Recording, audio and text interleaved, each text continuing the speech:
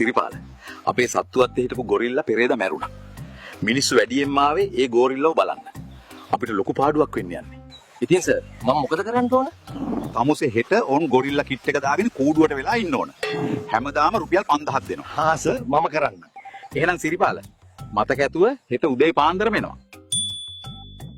වැඩේ බාරගත්තට මොකද දැන් නම් පොඩි ලැජ්ජාවකුත් බයකුත් දැනෙනවා. අනේ මන්ද මේවා කවදා කරපු ටකරන්ද? කමන්නේ 5000ක් දෙනවනේ. රැයට හොඳට අඩියක් ගහන්න පුළුවන්. බලන්න කොච්චර ලොකුද කියලා.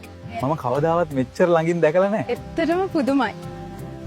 කූඩුව හරිම ආරක්ෂිතයි. බලන්න මේ සිංහය කොච්චර ලොකුද කියලා. හරිම ලස්සනයි. ඔව් ඒක ඇත්ත මම කවදාවත් මෙච්චර ළඟින් දැකලා නැහැ. අම්මෝ මාව බලන්න කට්ටිය පිරিলা බයකුත් දැනෙනවා. ඒත් මොකට බය වෙන්නේ? වැඩ කෑල්ලක් දාලා පෙන්නමු. ඇරු සිරිපාලේ ඇරු.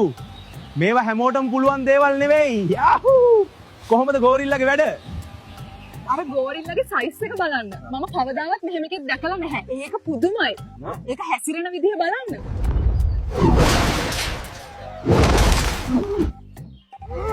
අනේ මම මේ ඉන්නේ සිංහ කූඩුවක නේද? අයියෝ අද නම් සිරිපාලයෝ උඹ ඉවරයි. අනේ මම මැරුණොත් මගේ කමලාවතීට කුක්කුසුමනට මැගිලින්ට සීලවතීට දයාවතීට යන කල දසාව මොකද්ද? අනේ සිංහයෝ මාව කන්න එපා. මම සතෙක් නෙවෙයි මිනිස්සෙක්. කට වහපන් යකෝ. උඹ කෑ ගහලා අපි දෙන්නගෙම රස්සාව නැති කරන්නද හදන්නේ? මම අල්ලපු ගෙදර ගුණපාල බොල. ගුණපාලයා